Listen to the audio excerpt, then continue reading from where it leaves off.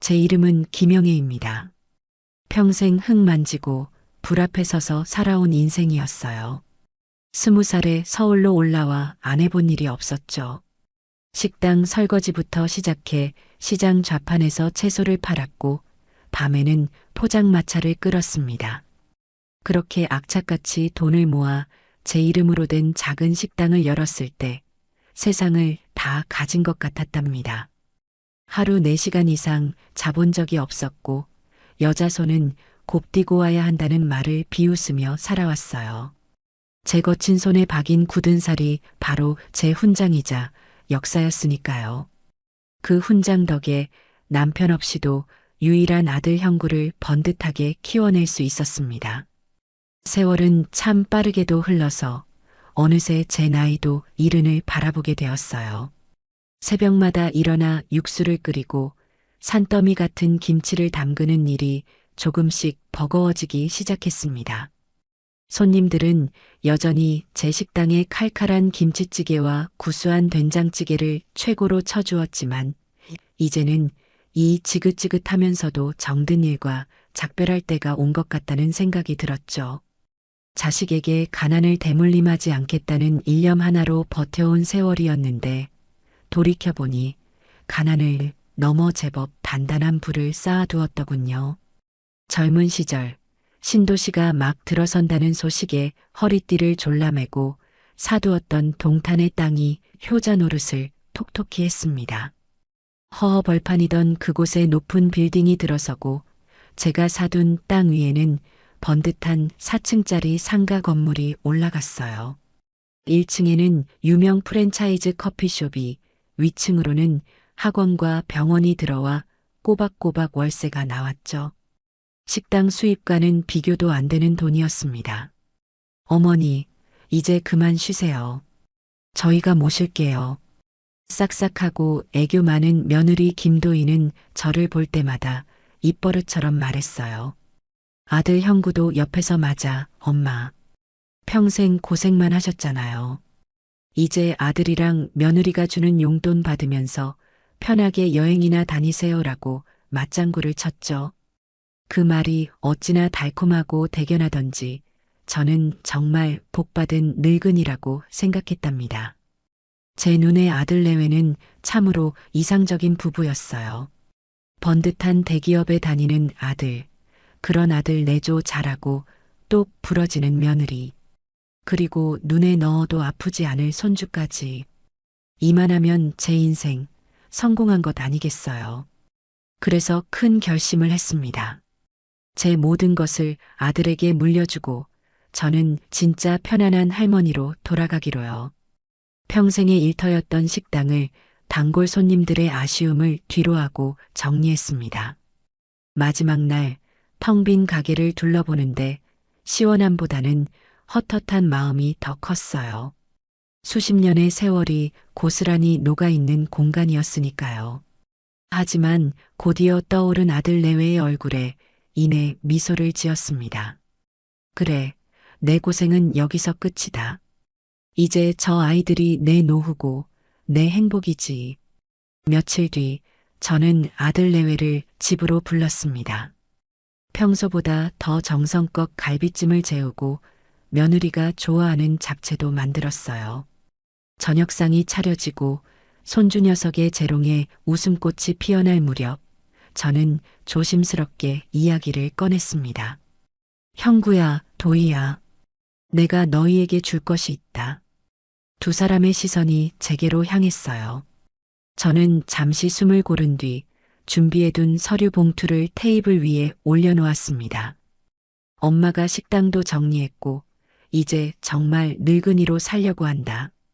여기 동탄에 있는 상가 건물하고 지금 너희가 전세로 사는 아파트 옆동에 새로 나온 50평짜리 집, 그거 너희 이름으로 해주려고 한다. 제 말이 끝나자마자 식탁에는 잠시 정적이 흘렀어요. 아들은 눈이 동그래져서 저와 서류 봉투를 번갈아 쳐다봤고 며느리는 입을 살짝 벌린 채 믿기지 않는다는 표정을 지었죠. 가장 먼저 정신을 차린 것은 며느리 도희였습니다. 어머니, 지금 뭐라고 하셨어요? 상가랑 집을요? 저희에게요? 그래. 이제 엄마는 돈 쓸 일도 없고 그거 다 짊어지고 있어 봐야 무겁기만 하다. 너희가 그거 받아서 손주 잘 키우고 알콩달콩 사는 모습 보여주는 게 나한테는 가장 큰 효도다.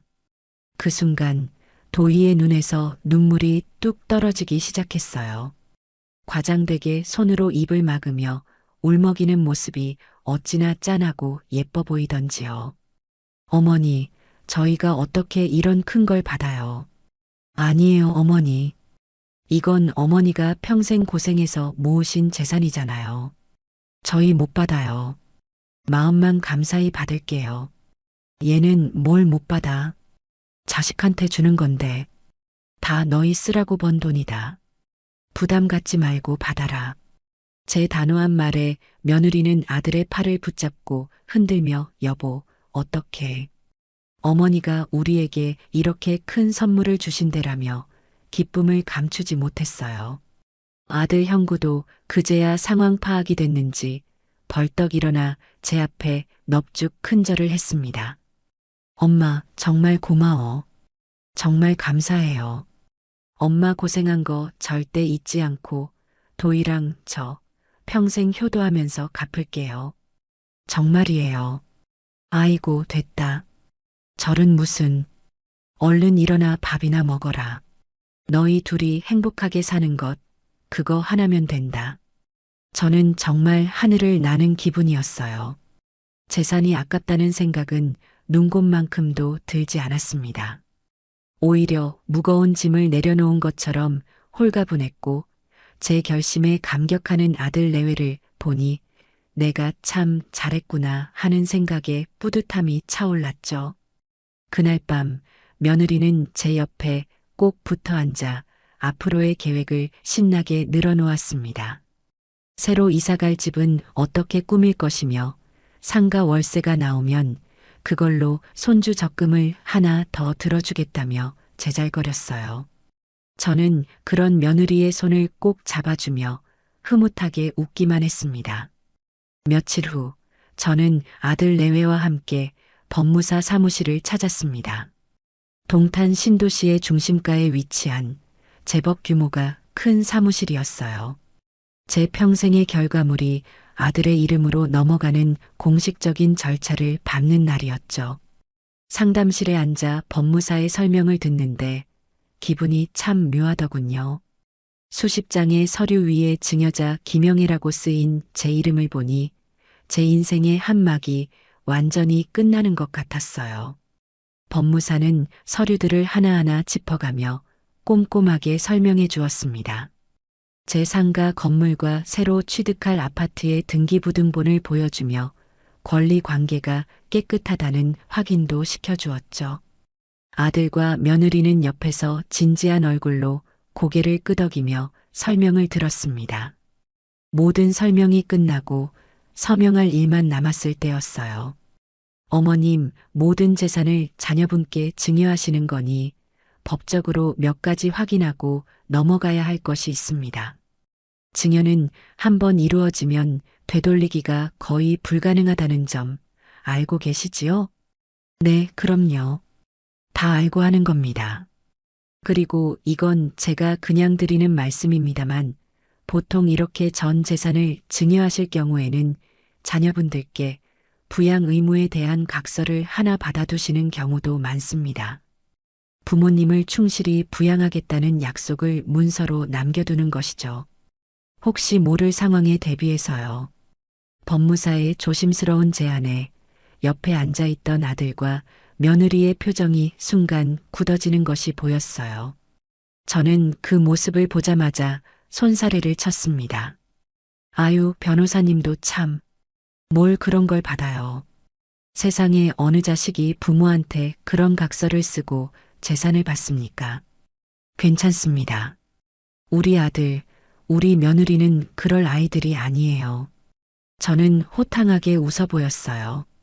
내 자식을 내가 못 믿으면 누굴 믿나 하는 생각이었죠. 제 말에 며느리는 금세 표정을 풀고는 어머니, 저희 그렇게 못 믿으세요? 서운해요라며 애교 섞인 투정을 부렸습니다. 믿지, 당연히 믿지. 그러니까 이런 것도 주는 거 아니냐.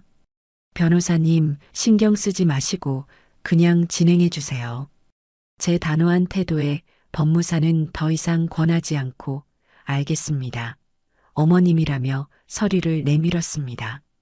저는 망설임 없이 제 이름 석자를 쓰고 인감도장을 꾹 눌렀습니다. 도장이 서류에 찍히는 꾹 하는 소리가 유난히 크고 무겁게 들리는 듯 했어요.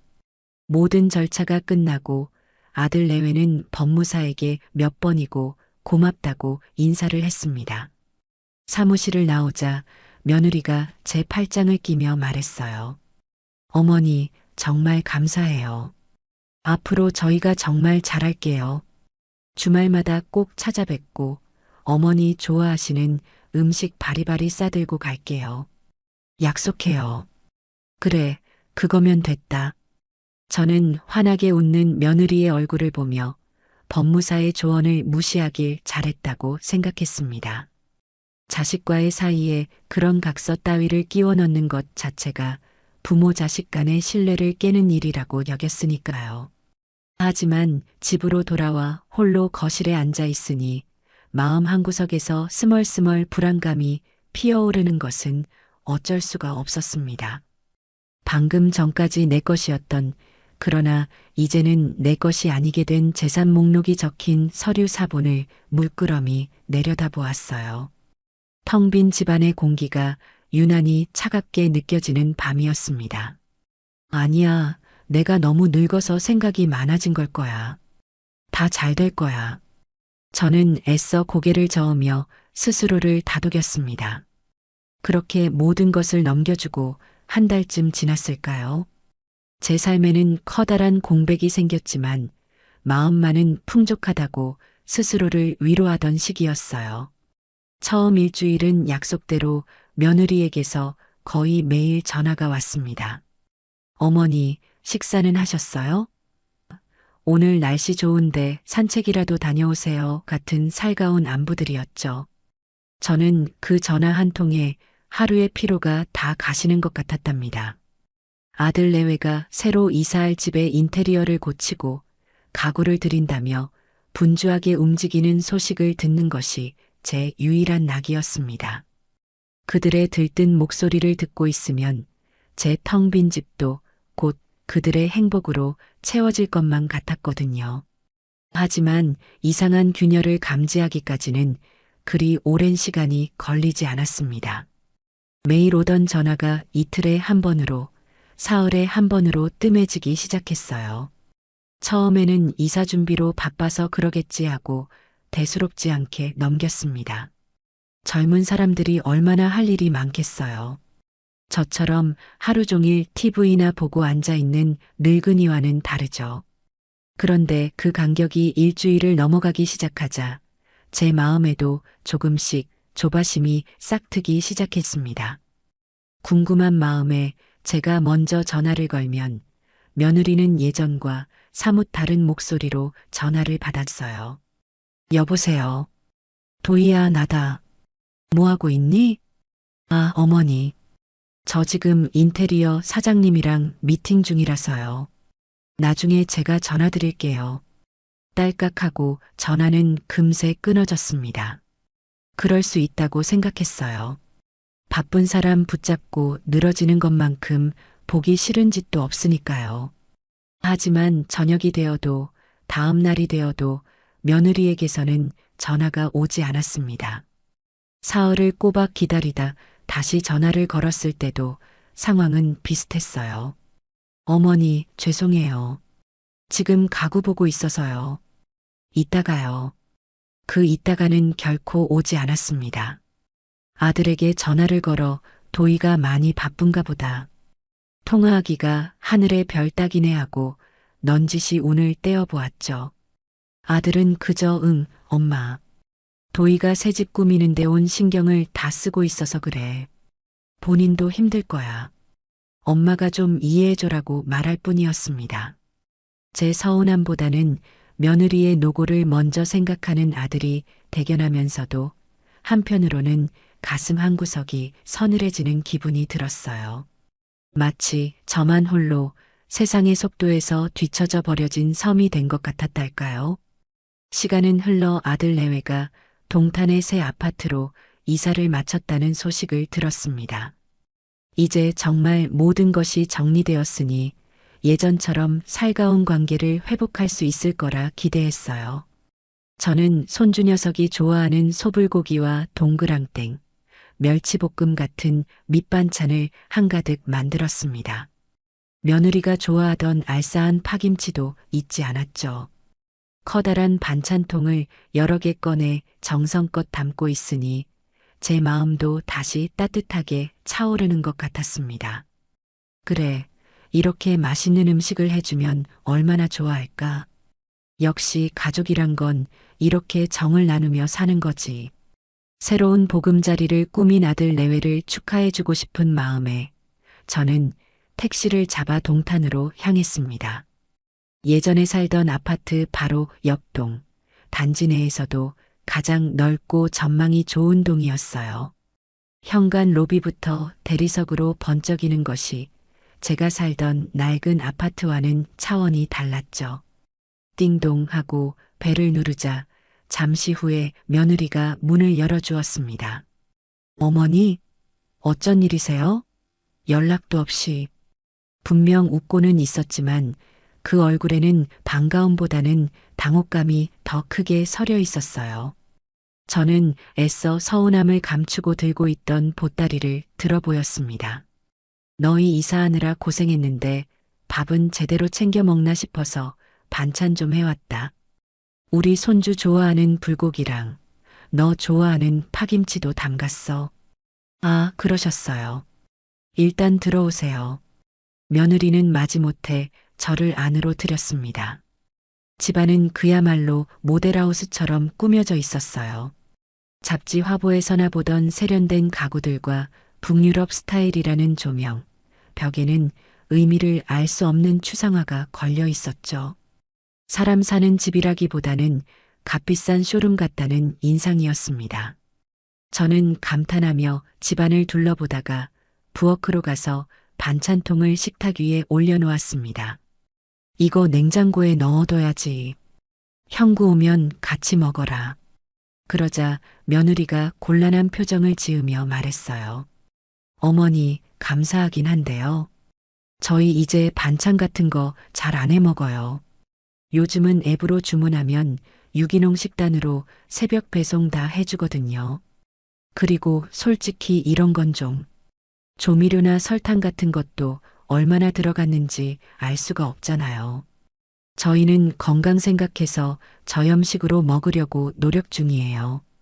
저는 순간 제 귀를 의심했습니다. 제 음식에 조미료를 쓴 적도 없거니와 평생 이 음식을 먹고 자란 아들은 건강하게만 컸는데 말이에요. 그래도 직접 만든 건데 성의를 봐서라도 좀. 아니, 그런 뜻이 아니고요. 마음은 정말 감사하죠. 그런데 어머니, 저희 집 냉장고 보셨어요? 며느리는 보라는 듯이 부엌 한쪽 벽면을 차지한 거대한 빌트인 냉장고 문을 활짝 열었습니다. 그 안에는 형형색색의 소스가 담긴 작은 병들과 진공 포장된 샐러드팩, 정체를 알 수 없는 수입 식자재들이 칼같이 정돈되어 있었어요. 제가 들고 온 커다란 반찬통이 비집고 들어갈 틈은 없어 보였습니다.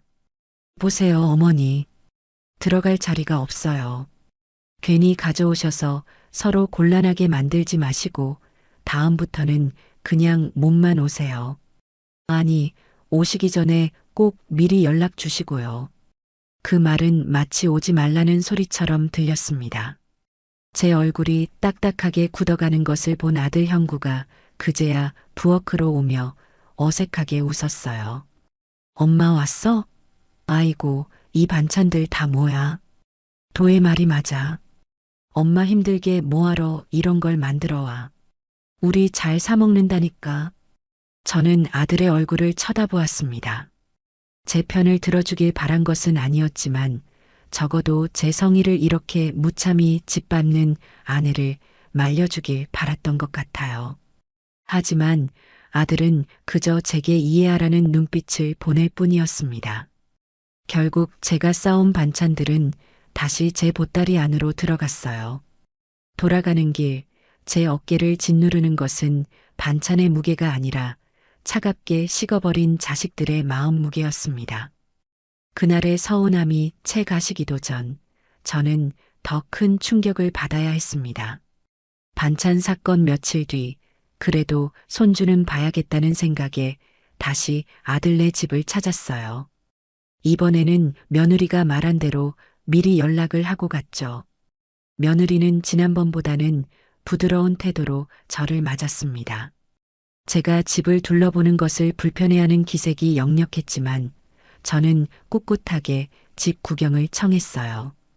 도희야, 집 정말 멋지게 꾸몄다. 꼭 호텔 같네. 그렇죠? 제가 발품 좀 팔았어요. 이 소파는 이탈리아에서 직수입한 거고, 저 조명은 유명 디자이너 작품이에요. 인테리어라는 게 결국 돈이더라고요, 어머니. 며느리는 마치 전시 해설사처럼 가구 하나하나를 자랑하기 시작했습니다. 저는 건성으로 고개를 끄덕이며 거실을 둘러보다가 문득 허전함을 느꼈어요. 무언가 있어야 할 것이 없다는 느낌. 잠시 생각에 잠겼던 저는 그것이 무엇인지 깨닫고 말았습니다. 도희야, 그런데 사진들은 다 어디 갔니? 우리 형구 어릴 때 사진이랑 너희 결혼 사진, 그리고 우리 손주 100일 사진도 저쪽 벽에 걸려 있지 않았니? 예전 집에 걸려 있던 큼직한 가족 사진 액자들이 하나도 보이지 않았습니다. 제 질문에 며느리는 당연하다는 듯이 대답했어요. 아, 그거요? 창고에 넣어뒀어요. 창고에? 아니, 그 귀한 걸 왜 창고에 넣어둬? 어머니, 보세요. 이 집 전체적인 톤이 화이트 앵그레이잖아요. 그런데 그 사진 액자들은 색깔도 촌스럽고 프레임도 너무 올드해서 전체적인 인테리어 컨셉이랑 전혀 안 어울리더라고요. 그래서 일단 치웠어요. 나중에 저쪽 복도 끝에 작게 하나 걸든지 하려고요. 저는 할 말을 잃었습니다. 촌스러운 색깔, 올드한 프레임. 그 사진들 속에는 우리의 웃음과 추억이 담겨 있는데 며느리에게는 그저 촌스러운 인테리어, 소품에 불과했던 거예요. 제 표정이 심상치 않음을 느꼈는지 며느리가 재빨리 말을 덧붙였습니다. 어머니도 이해하시죠? 요즘은 이렇게 미니멀하게 사는 게 트렌드예요. 집이 깔끔해야 복이 들어온대요. 저는 더 이상 아무 말도 할 수 없었습니다. 아들의 어린 시절, 제 젊은 날의 모습, 우리 가족의 역사가 미니멀이라는 단어 하나에 창고 속 먼지 더미로 밀려나 버린 기분이었어요. 그들이 새로 얻은 이 화려하고 거대한 집에는 정작 가장 중요한 가족의 자리는 없는 것처럼 보였습니다. 그날 이후 저는 더 이상 아들네 집에 먼저 가겠다는 말을 꺼내지 않았습니다. 재산을 물려주면 따뜻한 정이 오가는 행복한 노후가 펼쳐질 거라 믿었던 제 기대는 차가운 대리석 바닥처럼 싸늘하게 부서져 내리고 있었어요. 그렇게 서먹한 시간이 흐르고 어느덧 귀여운 손주 녀석의 5번째 생일이 다가왔습니다. 아들 내외와의 관계는 예전 같지 않았지만 손주는 제게 여전히 세상 가장 소중한 존재였어요. 저는 백화점에 들러 아이가 노래를 부르던 최신형 로봇 장난감을 샀습니다. 큼지막한 상자를 예쁘게 포장하고 아이가 좋아하는 캐릭터가 그려진 케이크까지 사들고 아들네 집으로 향했어요. 제 방문이 그들에게는 또 어떤 불편함을 줄지 몰라 마음이 편치만은 않았지만 손주의 생일만큼은 꼭 제 손으로 축하해주고 싶었습니다. 어머니, 오셨어요? 이번에도 며느리는 현관문을 열며 의례적인 인사를 건넸어요. 제 손에 들린 선물 상자를 보더니 억지로 입꼬리를 올리며 말했죠. 아이고, 뭘 이런 걸 다 사오셨어요. 집에 장난감 둘 데도 없는데. 그 말에 기분이 상했지만 손주를 볼 생각에 꾹 참았습니다. 거실로 들어서자 손주 녀석이 저를 보고 할머니 하고 외치며 달려왔어요. 저는 아이를 와락 껴안고 볼에 뽀뽀를 퍼부었습니다. 그 순간만큼은 세상의 모든 시름이 다 잊히는 것 같았죠. 우리 강아지 생일 축하한다. 할머니가 선물 사왔지. 선물 상자를 풀어주자 아이는 신이 나서 로봇을 이리저리 만지며 놀기 시작했습니다. 그런데 잠시 후 저는 아이의 방을 보고는 고개를 갸웃하게 되었어요. 아이의 방은 방이라기보다는 잘 꾸며진 장난감 박물관에 가까웠습니다. 한쪽 벽면을 가득 채운 투명한 아크릴 장식장 안에는 제가 이름도 모를 자동차, 모형과 로봇 피규어들이 열을 맞춰 진열되어 있었어요. 먼지 하나 없이 반짝이는 그것들은 아이의 손길이 한 번도 닿지 않은 듯 보였죠. 정작 아이가 가지고 노는 장난감은 제가 오늘 사온 로봇과 낡은 곰 인형 하나가 전부였습니다. 도희야, 저건 다 뭐니? 우리 손주 장난감이 저렇게 많았어? 제가 장식장을 가리키며 묻자 며느리는 자랑스럽다는 듯이 미소를 지으며 설명하기 시작했습니다. 아, 저거요? 그냥 장난감이 아니에요, 어머니. 일종의 아트토이라고 전부 한정판으로 나온 것들이에요. 저기 저 자동차는 지금 구하기도 힘든 모델이라 작년에 산 가격보다 2배는 올랐어요. 저쪽 로봇은 유명 작가랑 콜라보한 제품이고요. 전부 재테크예요. 재테크. 재테크? 애들 장난감으로 무슨 재테크를 한다는 말이냐? 어머니는 잘 모르셔서 그래요. 요즘 젊은 부모들은 다 이렇게 해요. 나중에 우리 손주 대학 갈 때쯤 되면 저기 있는 거 몇 개만 팔아도 등록금은 나올걸요? 저는 어이가 없어서 말문이 막혔습니다. 아이의 방을 투자 상품으로 채워넣고 아이의 손이 닿지 못하게 막아놓은 채 재테크라고 말하는 며느리를 도저히 이해할 수 없었어요. 아이는 장식장 앞에 서서 유리 너머에 반짝이는 자동차를 부러운 눈으로 쳐다볼 뿐이었습니다.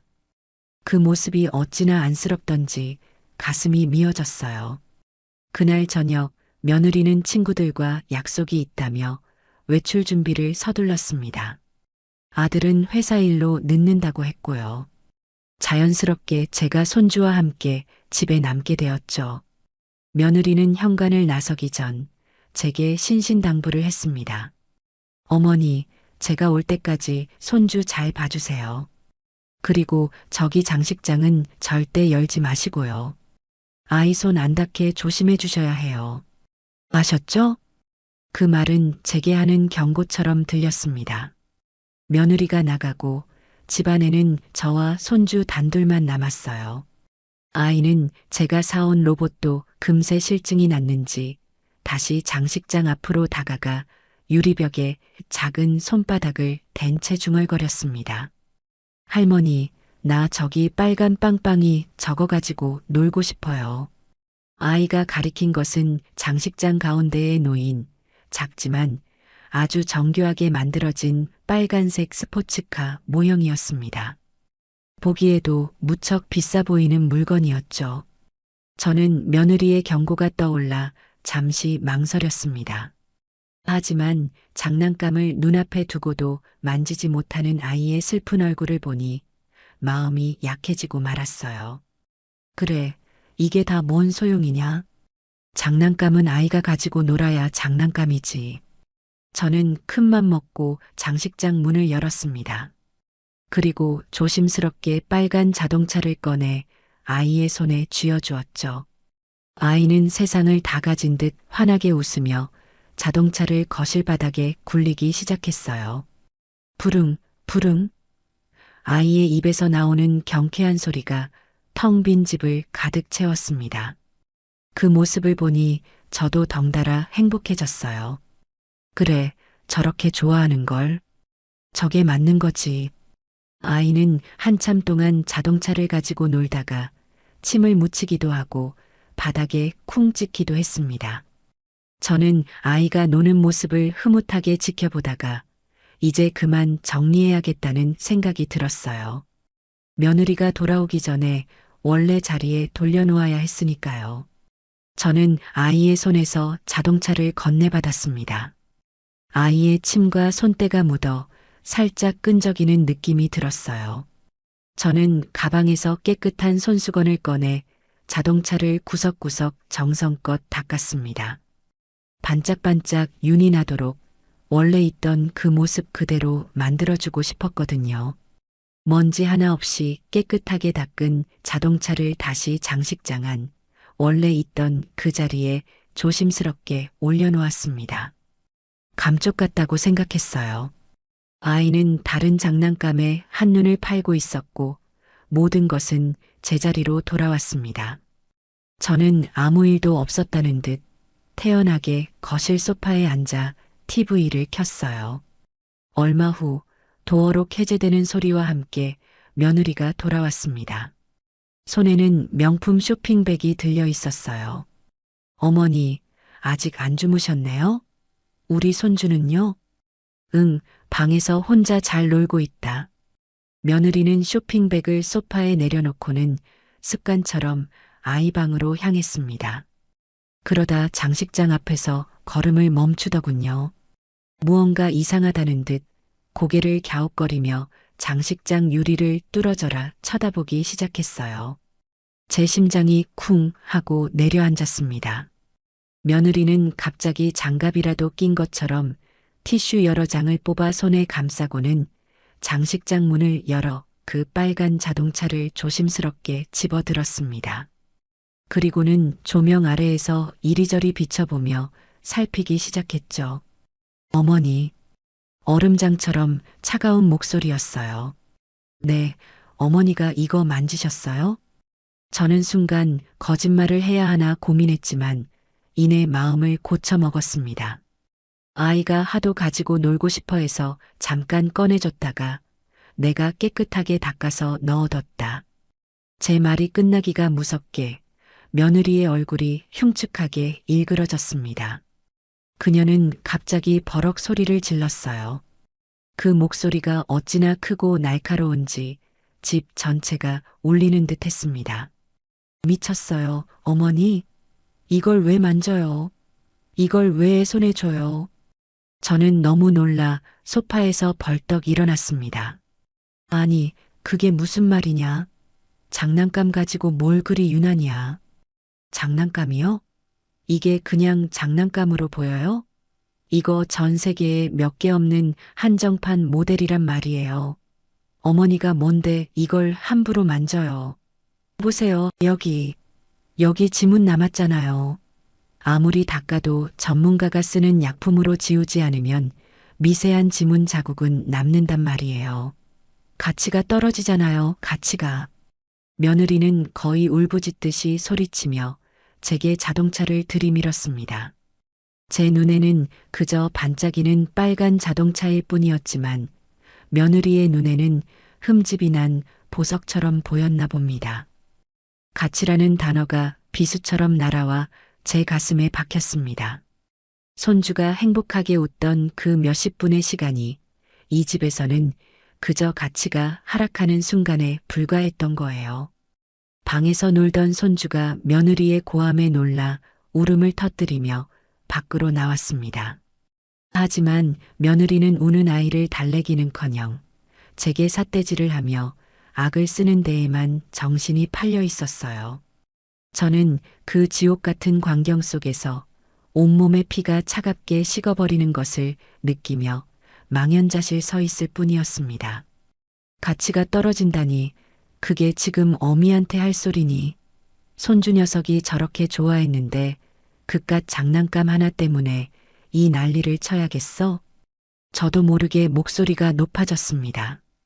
제 평생 자식에게 고함을 쳐본 적이 손에 꼽을 정도였는데 눈앞의 상황은 제 이성을 마비시키기에 충분했어요. 하지만 며느리는 조금도 물러서지 않았습니다.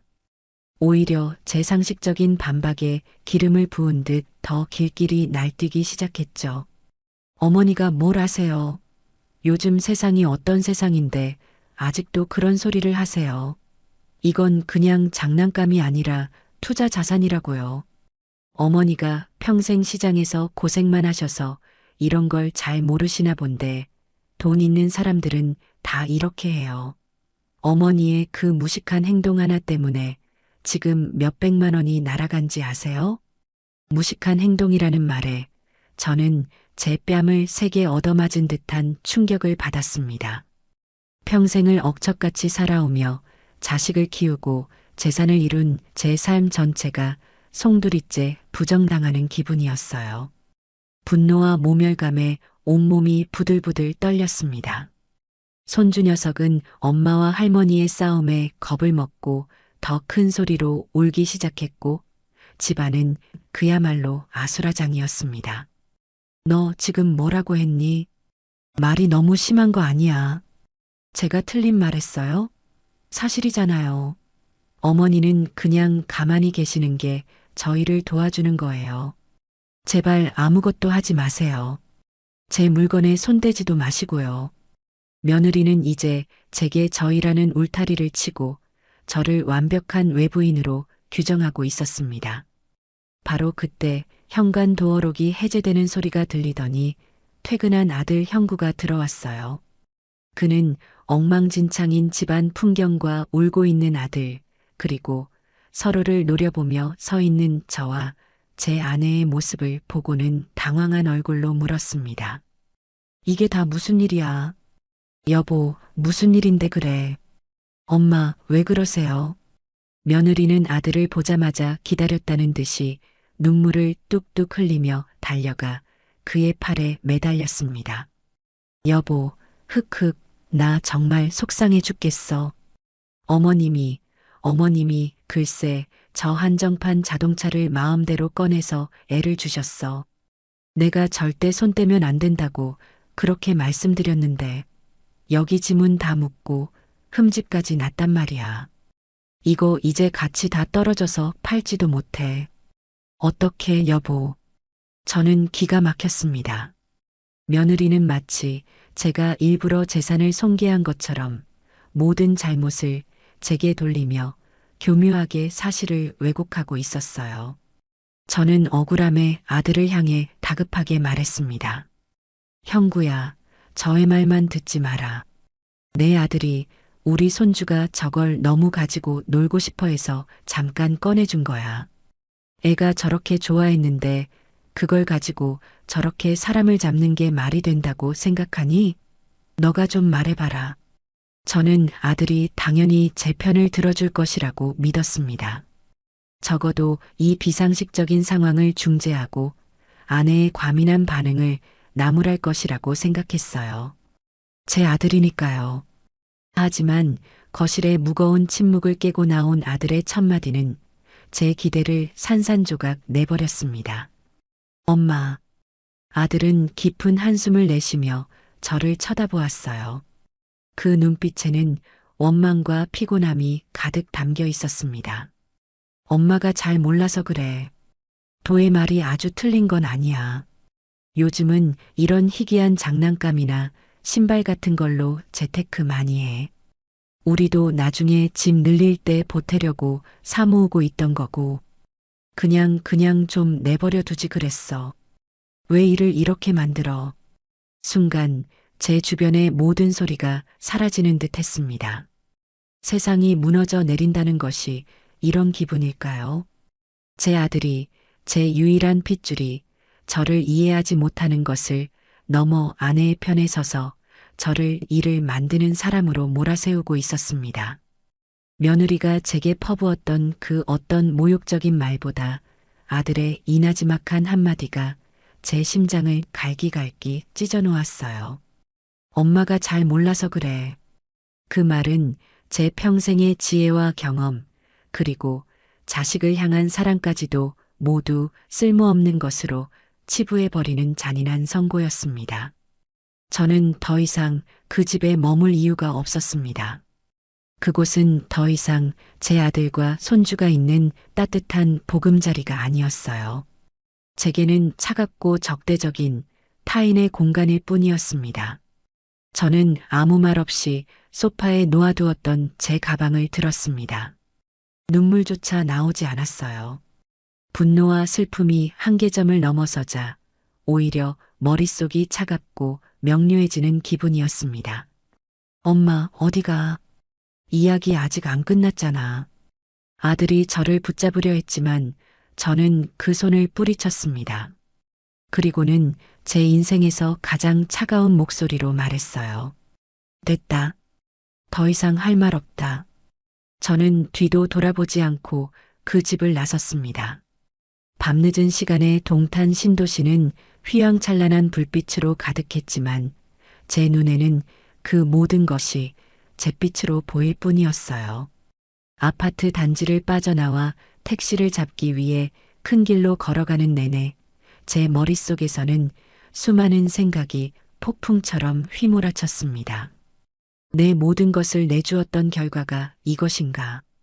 내리사랑이라는 것은 결국 이런 식으로 배신당하고 많은 허무한 감정이던가. 며느리의 탐욕과 아들의 어리석음이 제 인생 마지막 장을 이렇게 더럽히도록 내버려 둘 수는 없었습니다. 집에 도착한 저는 불도 켜지 않은 채 낡은 부엌 식탁 의자에 한참 동안 앉아 있었습니다. 며느리 내외가 사는 그 번쩍이는 새 집과 비교되는 제 손때가 묻은 초라한 공간이었죠. 하지만 저는 더 이상 그들을 위해 제 자신을 희생하고 싶지 않았습니다. 오히려 이곳이 이 초라하지만 온전히 제 것인 공간이 훨씬 더 편안하게 느껴졌어요. 저는 자리에서 일어나 서랍 깊숙한 곳을 뒤졌습니다. 그리고 얼마 전 재산을 증여할 때 명함을 받았던 법무사의 연락처를 찾아냈죠. 아니, 법무사가 아니라 진짜 변호사가 필요하다는 생각이 들었습니다. 저는 휴대폰을 들어 인터넷에서 증여계약 해제 전문 변호사를 검색하기 시작했어요. 몇 개의 사무실을 찾아보고 그중 가장 신뢰가 가는 곳의 번호를 눌렀습니다. 늦은 시간이었지만 다행히 당직 변호사와 연결이 되었어요. 뚜루르 하는 신호음이 몇 번 울리고 젊은 남자의 목소리가 들려왔습니다. 네, 법무법인 정혜입니다. 무엇을 도와드릴까요? 저는 크게 심호흡을 한 번 하고 제 인생을 건 싸움을 시작하기 위해 입을 열었습니다. 제 목소리는 놀라울 정도로 차분하고 단단하게 울려 퍼졌어요.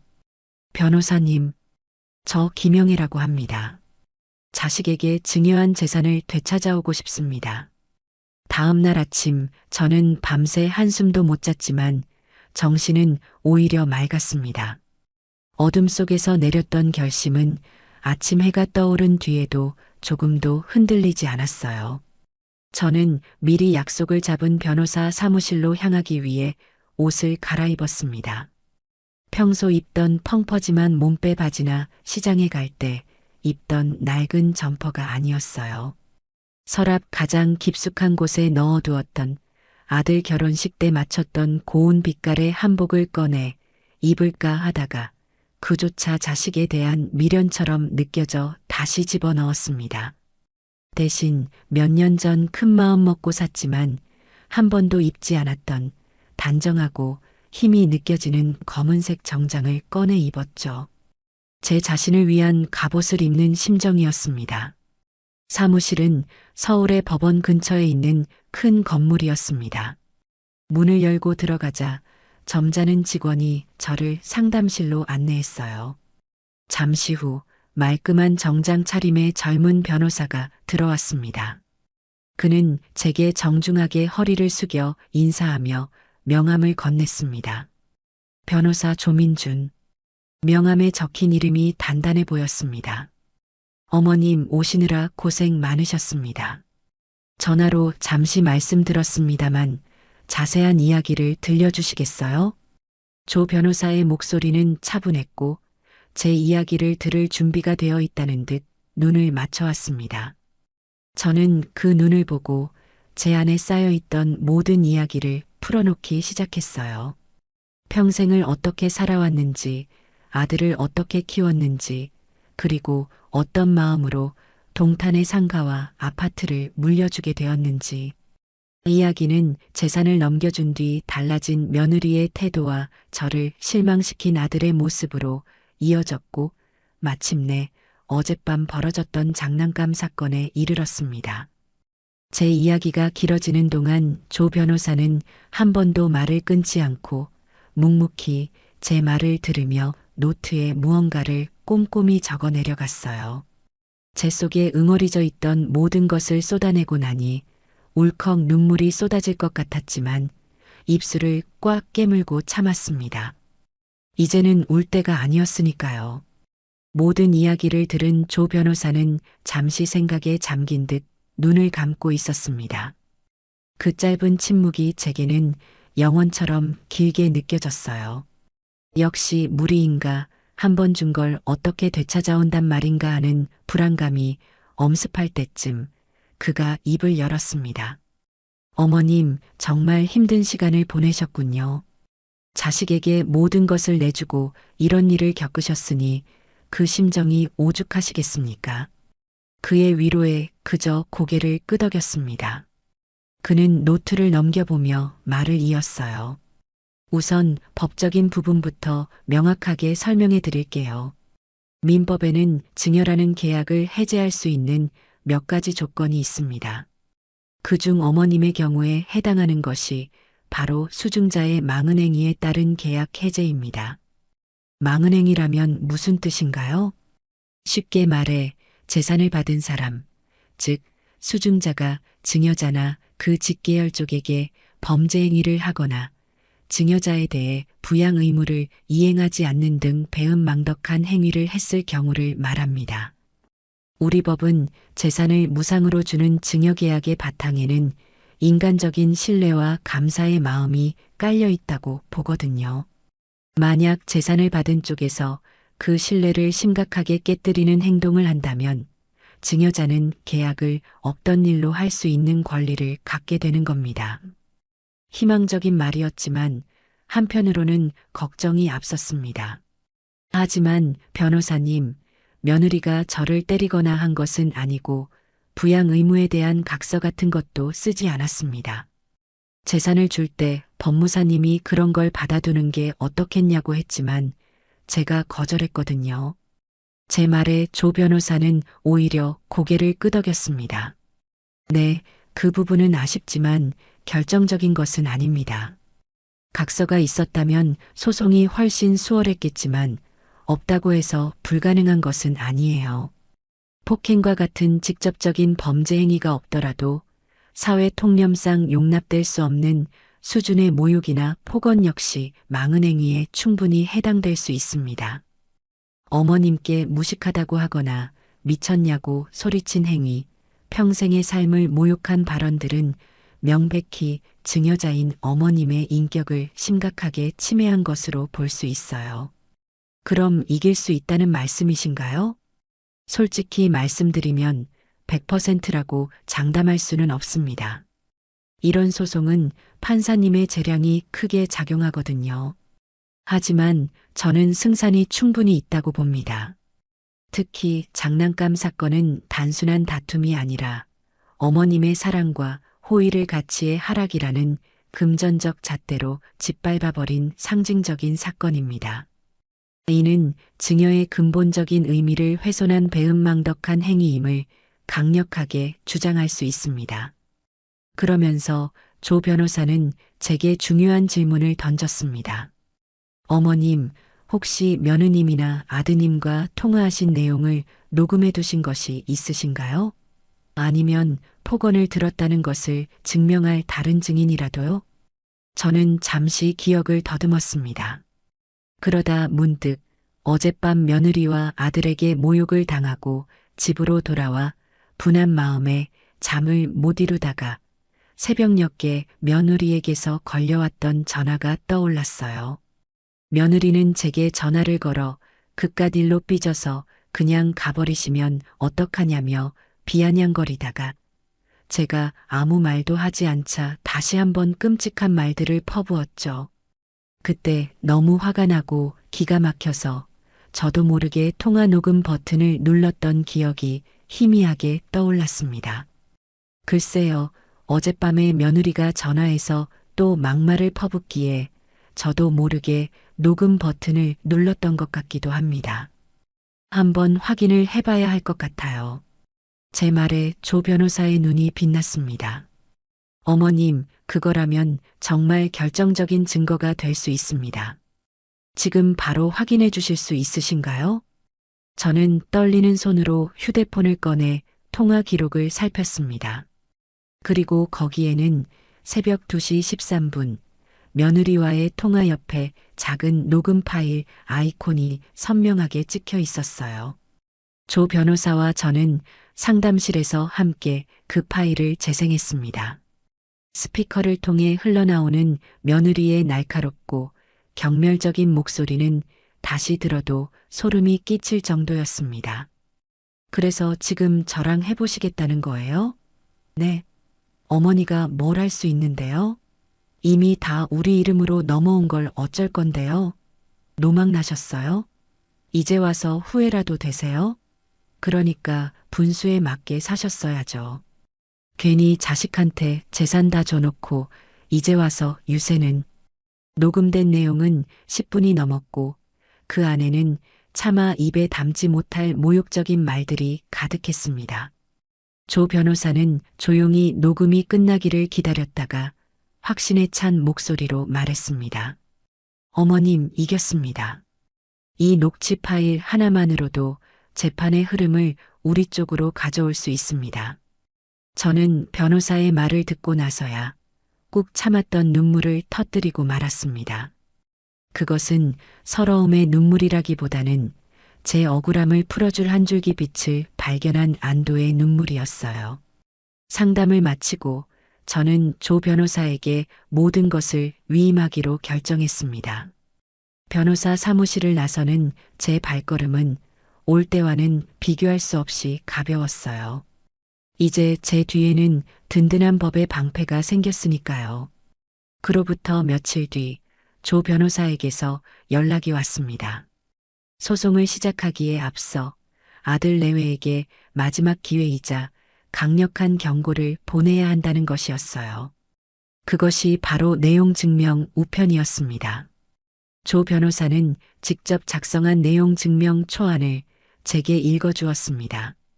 수신인 이영구, 김도희, 발신인 김영애, 제목, 증여계약 해제 및 원상회복 청구 예고 통지.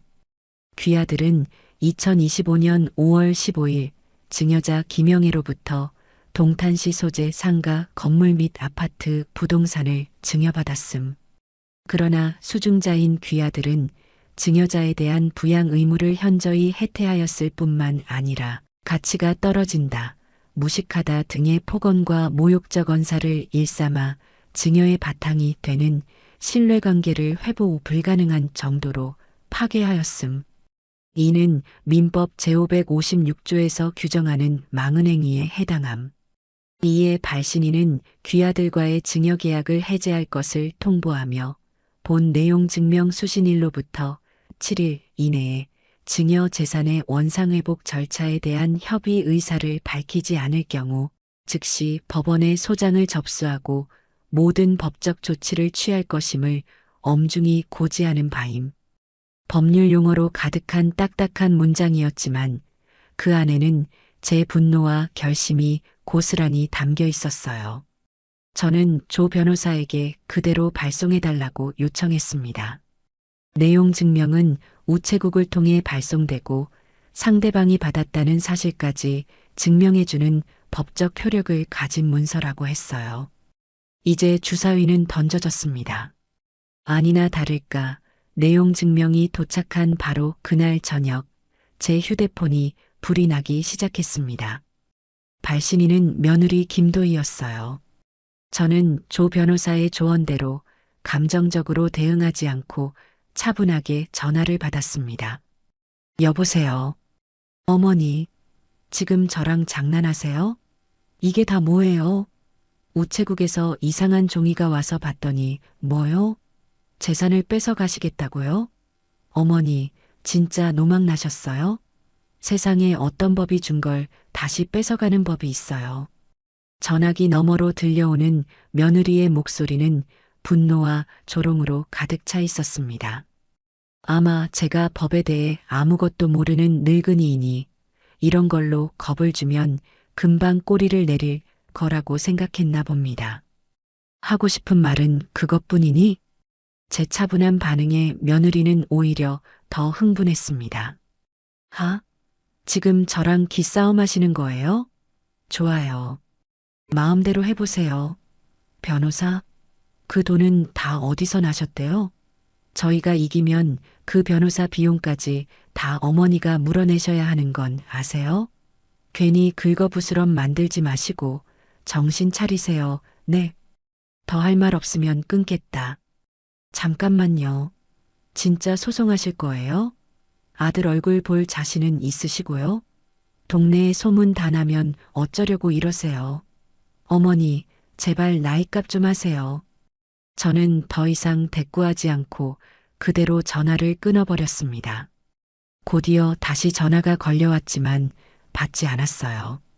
잠시 후, 이번에는 아들에게서 전화가 왔습니다. 아들의 목소리는 며느리와는 또 다른 의미로 저를 실망시켰어요. 엄마, 제발 좀 그만해. 이게 무슨 망신이야. 도대체 왜 일을 이렇게까지 만드는 거야? 분노보다는 창피함과 짜증이 가득한 목소리였습니다. 그는 제 마음이 얼마나 상했는지에 대해서는 단 한마디도 묻지 않았어요. 오직 이 일이 외부에 알려졌을 때 자신에게 닥칠 창피함과 곤란함만을 걱정하고 있었습니다. 엄마, 그거 그냥 도희가 속상해서 한 말이잖아. 그걸 가지고 무슨 소송이야. 당장 그 변호사한테 전화해서 그만두라고 해. 회사 사람들이 알면 나 얼굴 어떻게 들고 다녀. 저는 차갑게 대답했습니다. 너의 얼굴이 그렇게 중요하니? 너의 어미가 평생을 바쳐 이룬 재산을 받고 그 어미에게 무식하다고 막말을 한 너의 아내의 잘못보다 너의 체면이 더 중요하다는 말이구나. 아, 엄마. 말이 왜 그렇게 돼? 그냥 좋게 풀면 되잖아.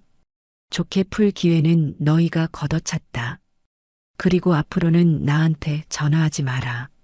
이제부터 나의 대리인은 조민준 변호사다.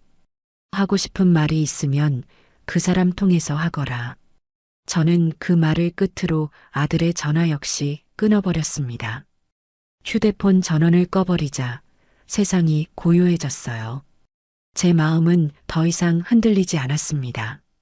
이제 정말 돌아갈 다리는 없었습니다. 내용 증명에 대한 회신 기한이었던 7일이 지났지만 아들 내외에게서는 아무런 연락도 오지 않았습니다. 그들은 제 경고를 그저 늙은 어미의 객기 정도로 치부해버린 것이 틀림없었어요. 그 오만함이 제 마지막 남은 미련까지도 깨끗하게 태워버렸습니다. 저는 조 변호사에게 연락해 예정대로 소송을 진행해달라고 요청했어요. 며칠 뒤 저는 조 변호사와 함께 가정법원을 찾았습니다. 태어나서 처음 와보는 법원은 생각보다 훨씬 더 차갑고 위압적인 공간이더군요. 수많은 사람들이 무표정한 얼굴로 복도를 오갔고 그 공기 속에는 저마다의 사연이 가진 슬픔과 분노가 배어 있는 듯 했습니다. 조 변호사는 저를 대신해 증여계약 해제에 따른 원상회복 청구 소장을 접수했습니다. 소장에는 그동안 아들 내외가 제게 했던 모든 언행과 행동들이 날짜와 함께 상세하게 기록되어 있었고 결정적인 증거인 녹취 파일에 녹취록까지 첨부되었어요. 소장 접수만으로는 끝이 아니었습니다. 조 변호사는 아드님 내외가 소송이 진행되는 동안 재산을 다른 사람에게 팔아버리거나 담보로 잡고 돈을 빌리는 것을 막아야 합니다라며 부동산 처분금지 가압류와 예금 채권 가압류를 동시에 신청했습니다. 동탄의 상가 건물과 아파트에 가압류라는 붉은 딱지가 붙게 되고 아들 내외 명의의 통장이 전부 묶이게 된다는 뜻이었죠. 모든 서류 절차를 마치고 법원을 나서는데 마음이 착잡했습니다. 제가 원했던 것은 이런 진흙탕 싸움이 아니었는데 말이에요. 하지만 이미 발을 담근 이상 물을 수도 없었습니다. 이 싸움의 끝에서 제가 이겨야만 제 짓밟힌 자존심과 인생을 조금이라도 되찾을 수 있을 테니까요. 법원의 조치는 생각보다 훨씬 빨랐습니다. 가압류 결정이 내려지고 며칠 지나지 않아 저는 상상도 못했던 인물들의 방문을 받게 되었어요. 바로 제 사돈, 며느리 도희의 부모였습니다. 초인종 소리에 문을 열자 잔뜩 화가 난 얼굴의 사돈 내외가 서 있더군요. 그들은 다짜고짜 집 안으로 밀고 들어와 소파에 털썩 주저앉았습니다. 사부인, 지금 이게 무슨 경우입니까? 아니, 이제 사부인이라고 부를 것도 없겠네. 김영애 씨, 당신 지금 제정신이에요? 사돈 안 사장이 삿대질까지 해가며 소리쳤습니다. 옆에 앉은 박갓사돈은 팔짱을 낀 채 저를 잡아먹을 듯이 노려보고 있었죠. 결혼식 때 보고 몇 번 보지도 않은 사이였지만 그들의 눈빛과 말투에서 제 며느리의 모습이 고스란히 겹쳐 보였습니다. 두 분이 여긴 어쩐 일이십니까? 남의 집에 함부로 들어와서 행패를 부리는 건 무슨 경우인지요. 저는 조금도 물러서지 않고 차갑게 맞받아쳤습니다. 제 당당한 태도에 사돈 안 사장이 더욱 기가 막히다는 듯이 말했어요. 행패? 우리가 지금 행패 부리는 걸로 보여요? 애들 앞길을 막아놓고 전 재산을 빼앗겠다고 소송을 건 사람이 누구인데 지금 우리한테 큰 소리예요. 어떻게 어른이 돼서 자식한테 그럴 수가 있어요? 피도 눈물도 없어요? 피도 눈물도 없는 건 그쪽 따님이겠지요. 자식에게 모든 걸 내어준 어미한테 무식하다, 노망났다는 말을 서슴없이 내뱉는 것이 사돈댁의 가정교육입니까? 제 반격에 사돈 내외의 얼굴이 벌개졌습니다. 박갓사돈이 헛기침을 하며 나섰어요. 어허, 사부인. 말이 좀 심하시구려. 애들끼리 살다 보면 다툴 수도 있는 거지. 그걸 가지고 이렇게까지 일을 크게 벌일 일은 아니지 않소? 우리 도희가 아직 젊어서 철이 없어서 그런 것이니 이번 한 번만 너그럽게 용서해 주시오. 용서요? 사돈께서는 따님이 저지른 짓을 그저 철없는 행동으로만 보십니까? 제 평생을 바쳐 이룬 재산을 받고 그 은혜를 갚기는커녕 저를 벌레 보듯 취급하고 모욕한 것이 그저 애들 장난 같으시냐는 말입니다. 아니 그래서 진짜로 다 뺏어가시겠다? 애들 길거리에 나앉는 꼴을 보시겠다. 이 말이에요? 안 사장이 다시 끼어들며 악을 썼습니다. 저는 자리에서 일어나 현관문을 가리켰어요. 더 이상 할 말 없습니다. 여긴 제 집이니 두 분은 이제 그만 나가주시지요. 계속해서 소란을 피우시면 주거침입으로 경찰에 신고하는 수밖에 없습니다. 뭐? 경찰? 기가 막혀서. 당신 정말 독한 사람이네. 우리 도희가 저런 집에 시집가서 그동안 얼마나 고생했을지 눈에 선하다.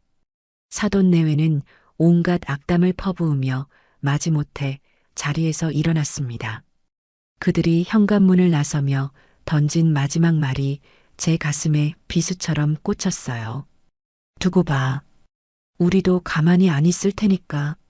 그들은 분명 제 며느리에게 저를 더욱 악독하고 이기적인 시어머니로 몰아가도록 부추길 것이 뻔했습니다.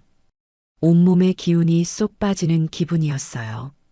사돈이 다녀간 며칠 뒤 이번에는 아들 형구가 저를 찾아왔습니다. 초저녁이었는데 녀석의 행색은 말이 아니었어요. 며칠 밤이라도 새운 사람처럼 얼굴은 푸석했고 입고 있는 셔츠는 구겨져 있었습니다. 그는 저를 보자마자 현관문 앞에서 쿵 소리를 내며 무릎을 꿇었습니다. 엄마, 제가 잘못했어요. 제가 다 잘못했어요. 아들은 바닥에 이마를 찧어가며 울기 시작했습니다. 하지만 저는 더 이상 그 눈물에 속지 않았어요. 그저 팔짱을 낀 채 차가운 눈으로 녀석을 내려다볼 뿐이었습니다. 일어나거라. 남자가 함부로 무릎 꿇는 것 아니다. 아니에요, 엄마. 제가 죽을 죄를 지었어요. 제발, 제발 소송만은 취하해 주세요. 네, 엄마, 제발이요. 녀석은 제 바짓가랑이라도 붙잡을 기세로 울며 매달렸습니다. 저는 한숨을 내쉬며 물었어요. 내가 왜 그래야 하지? 네, 내가 왜 너의 그 말을 듣고 소송을 취하해야 하냐고 물었다. 아들은 당황한 듯 잠시 말을 잇지 못하다가 더듬거리며 입을 열었습니다. 엄마, 통장이 다 묶여서 카드도 안 돼요. 상가 월세도 못 받게 돼서 아파트 대출 이자를 낼 수가 없어요. 당장 다음 달부터 이자를 못 내면 신용불량자가 된대요. 그럼 회사도 잘릴지 몰라요. 우리 정말 길거리에 나앉게 생겼어요. 엄마, 제발 저희 좀 살려주세요. 역시나 저는 쓴웃음을 지었습니다. 아들의 입에서 나온 것은 제 마음에 대한 사과나 자신의 행동에 대한 반성이 아니었어요. 오직 돈뿐이었습니다. 자신의 망가질 인생, 잃어버릴 재산에 대한 두려움뿐이었죠. 형구야. 저는 무릎 꿇고 있는 아들의 눈을 똑바로 쳐다보며 말했습니다. 너는 지금까지 나한테 잘못했다고 수십 번은 말한 것 같구나. 그런데 너는 단 한 번이라도 나의 마음이 어땠을지에 대해서는 물어본 적이 없다. 내 어미가 평생을 바친 재산을 너에게 주었을 때 어떤 심정이었을 것 같니?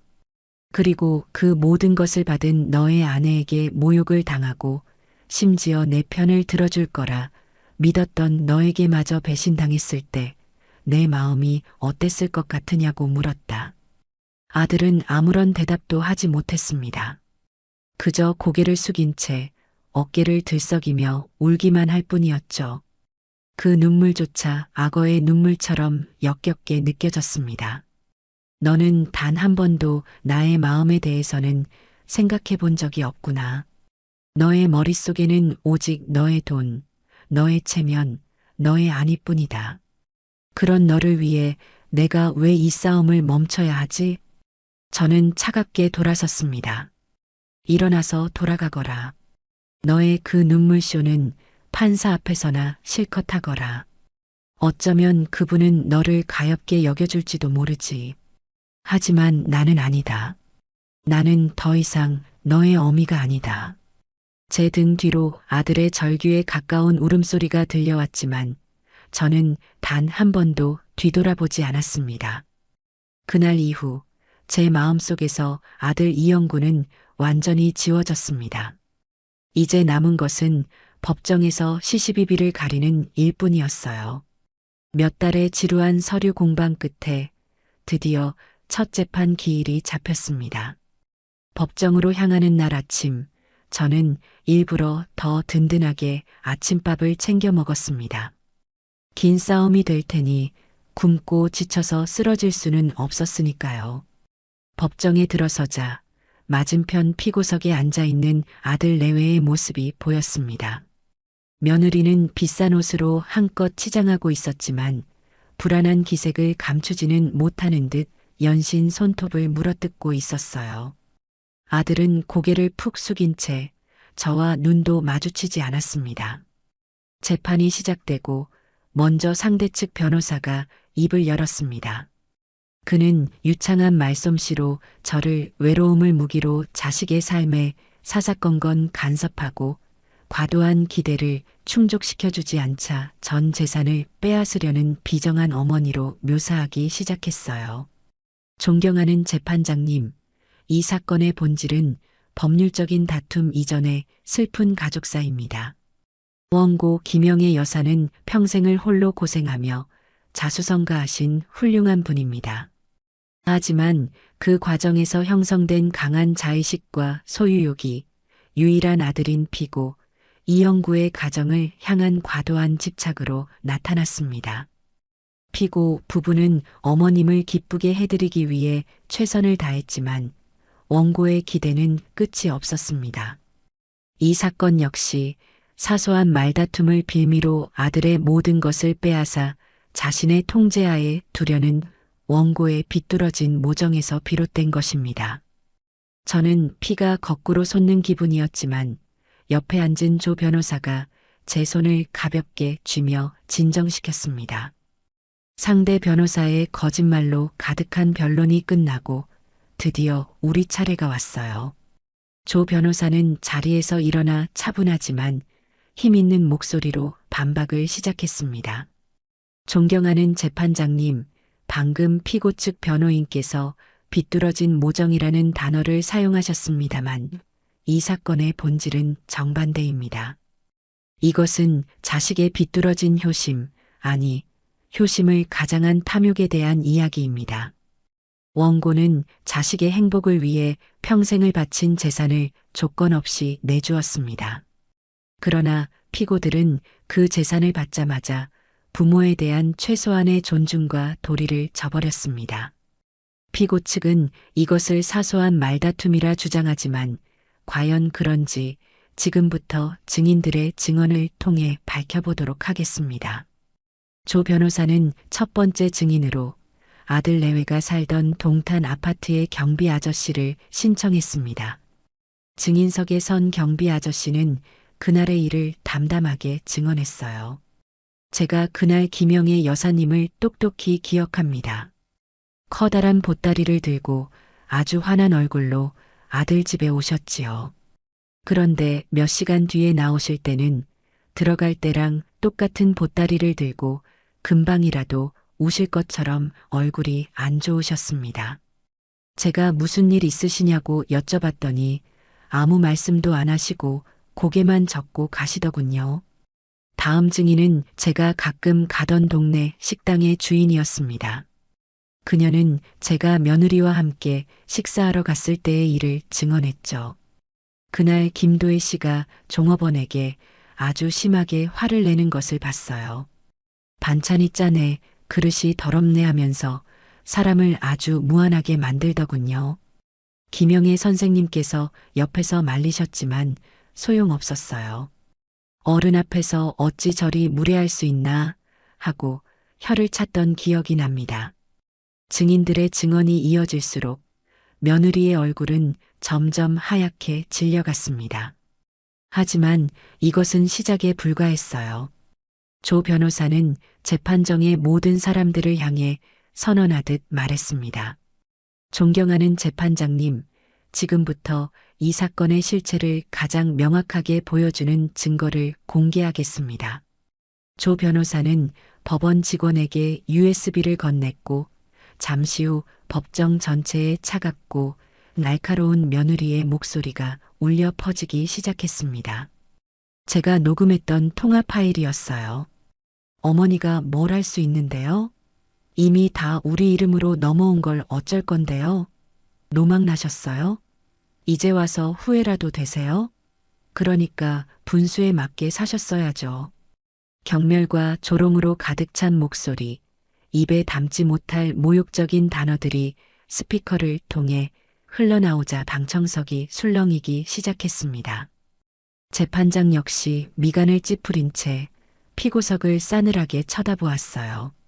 며느리는 고개를 숙인 채 어깨를 떨고 있었고 아들 형구는 얼굴을 감싸쥐고 있었습니다. 자신들이 내뱉었던 말이 이렇게 공개된 법정에서 만천하에 까발려지리라고는 상상도 못했겠지요. 녹취록 공개로 재판의 분위기는 완전히 우리 쪽으로 넘어왔습니다. 궁지에 몰린 상대 측 변호사는 마지막 카드로 장난감의 재산적 가치를 물고 늘어졌어요. 그는 수백만 원을 호가하는 장난감의 사진과 해외 경매 사이트의 시세 자료까지 증거로 제출하며 며느리의 분노가 충분히 합리적인 이유가 있었다고 주장했습니다. 피고 김도희가 과민하게 반응한 것은 사실이나 이는 수백만 원의 가치를 지닌 투자 자산이 훼손될 위기에서 비롯된 행동이었습니다. 이는 원고를 모욕하려는 의도가 아니라 부부의 공동재산을 지키려는 행위로 보아야 합니다. 그때 조 변호사가 저를 증인으로 신청했습니다.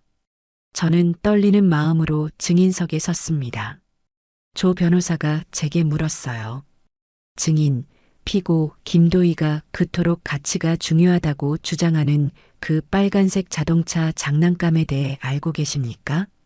네, 알고 있습니다. 그 장난감을 누가, 언제, 왜 구입했는지 말씀해 주시겠습니까? 저는 잠시 숨을 고르고 재판장을 똑바로 쳐다보며 또렷하게 말했습니다. 그 장난감 바로 제가 샀습니다. 제 손주 녀석의 5번째 생일 선물로 제가 백화점에 가서 직접 고르고 제 돈으로 계산한 겁니다. 저는 품속에서 꼬깃꼬깃하게 보관해 두었던 백화점 영수증을 꺼내 증거로 제출했습니다. 법정안이 다시 한번 술렁였어요. 며느리는 믿을 수 없다는 듯이 저를 쳐다보았습니다. 조 변호사가 마지막 질문을 던졌습니다. 증인께서는 손주에게 투자 자산을 선물하신 겁니까? 아니면 장난감을 선물하신 겁니까? 저는 마이크에 대고 제 진심을 담아 제 인생을 걸고 대답했습니다. 저는 제 손주에게 재테크 상품을 사준 것이 아닙니다.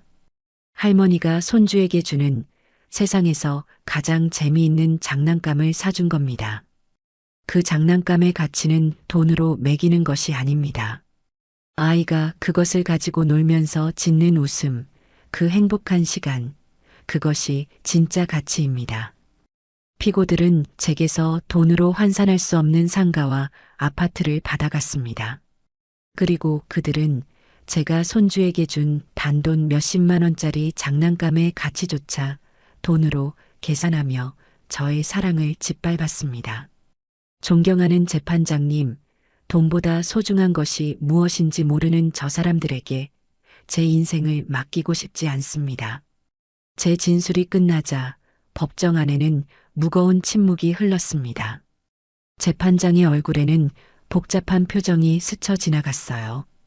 저는 제 할 말을 모두 했다고 생각했습니다.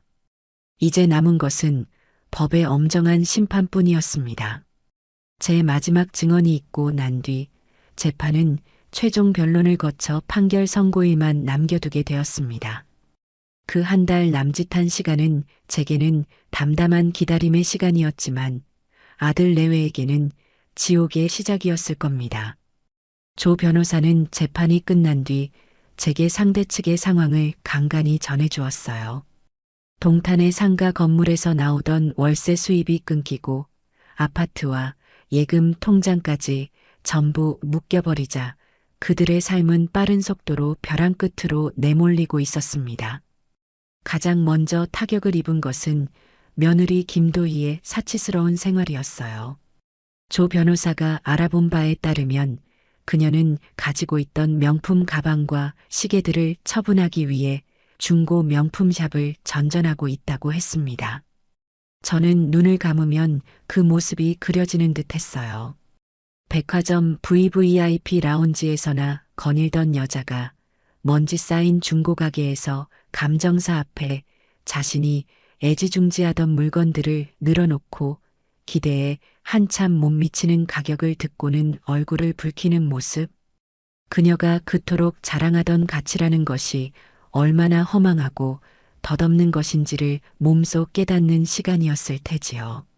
하지만 그걸로는 부족했습니다. 그들이 매달 갚아야 하는 동탄 아파트의 거액의 대출 이자는 그깟 가방 몇 개 판 돈으로는 어림도 없는 액수였으니까요. 결국 그들의 불안은 돈 문제에서부터 터져나오기 시작했습니다. 어느 날 밤늦게 저는 잠을 자려다 말고 울리는 전화벨 소리에 잠을 깼습니다. 발신인은 아들 형구였어요. 이제 와서 무슨 낯으로 전화를 하나 싶어 받지 않으려다가 혹시 손주에게 무슨 일이라도 생겼나 싶은 마음에 덜컥 전화를 받았습니다. 여보세요. 엄마 흐흑 엄마. 전화기 너머로 아들의 울음 섞인 목소리가 들려왔습니다. 그런데 그 목소리 뒤로 찢어질 듯 날카로운 며느리의 고함이 함께 들려왔어요. 이 무능한 인간아. 지금 누구한테 전화해서 우는 소리야. 다 너 때문이잖아. 다 너의 그 잘난 엄마 하나 제대로 처리 못해서 우리 인생을 이 꼴로 만들어 놓고 이제 와서 엄마한테 빌면 뭐가 달라져. 며느리의 목소리는 법정에서 들었던 녹취 파일 속에 그것보다 훨씬 더 악에 받쳐 있었습니다. 아들은 작은 목소리로 도희야, 제발 그만해라고 말렸지만 며느리의 분노는 멈출 줄을 몰랐어요. 내가 뭘 그만해. 너 똑바로 말해봐. 너의 엄마가 저렇게 독하게 나올 줄 정말 몰랐어? 아니면 알면서도 나한테는 괜찮을 거라고 거짓말한 거야? 처음부터 확실하게 했어야지. 엄마 편을 들 거면 확실하게 들고 내 편을 들 거면 엄마 입을 막았어야지. 이도 저도 아닌 병신처럼 중간에서 어버버하고 있으니까 이 사달이 난 거 아니야. 저는 전화기를 귀에 댄 채 그들의 싸움을 묵묵히 들었습니다. 며느리의 말은 칼날처럼 날카로웠지만 틀린 말은 하나도 없었어요. 아들은 정말 이도 저도 아닌 채 자신의 아니만을 생각하다가 모든 것을 망치고 있었죠. 엄마가 소송만 취하해주면 제발. 아들은 며느리의 악다구니 속에서도 제게 필사적으로 매달렸습니다. 저는 그 전화 너머의 지옥도를 들으며 제 마음이 먼지 한 톨의 동요도 없이 차갑게 식어 있음을 깨달았습니다. 너는 아직도 상황 파악이 안 되는구나. 너의 아내가 나를 너의 엄마라고 부르며 모든 책임을 내게 돌리고 있는 것이 들리지 않니? 그 사람은 단 한 번도 자신의 잘못을 인정할 생각이 없는 사람이다. 그리고 너는 그런 사람 옆에서 나를 방패막이 삼아 이 위기만 모면하려는 비겁한 놈일 뿐이고. 엄마, 그게 아니라. 끊는다. 다시는 이런 일로 전화하지 마라. 저는 미련 없이 전화를 끊었습니다. 그들의 관계가 파탄 나는 것은 이미 정해진 수순이었어요. 서로의 이익을 위해 맺어진 관계는 그 이익이 사라지는 순간 모래성처럼 허무하게 무너져 내리는 법이니까요. 판결 선고를 일주일 앞두고 법원에서 조정기일에 출석하라는 통지가 왔습니다. 판결에 앞서 양측이 화해할 마지막 기회를 주겠다는 것이었죠. 조 변호사는 나가실 필요 없습니다. 어차피 저쪽에서 어머님의 조건을 받아들일 리가 없습니다라고 말했지만 저는 그들의 마지막 모습을 제 눈으로 직접 확인하고 싶었습니다. 법원의 작은 조정실에는 저희 쪽과 아들 내외 그리고 중년의 조정위원 한 명이 앉아 있었습니다. 몇 주 사이에 아들 내외는 눈에 띄게 초췌해져 있었어요. 며느리는 예전의 화려한 모습은 온데간데 없고 짙은 화장으로도 피곤한 기색을 감추지 못했습니다. 조정위원은 점잖은 목소리로 우리에게 말했어요. 가족 간의 다툼이 법정까지 온 것이 참으로 안타깝습니다. 판결이라는 것은 이기든 지든 양측 모두에게 상처를 남기기 마련입니다. 오늘 이 자리에서 서로 조금씩 양보해서 원만하게 합의를 보시는 것이 어떻겠습니까?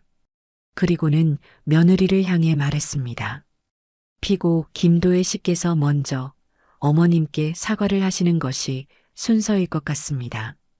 며느리는 마지못해 자리에서 일어나 제게 고개를 숙였습니다.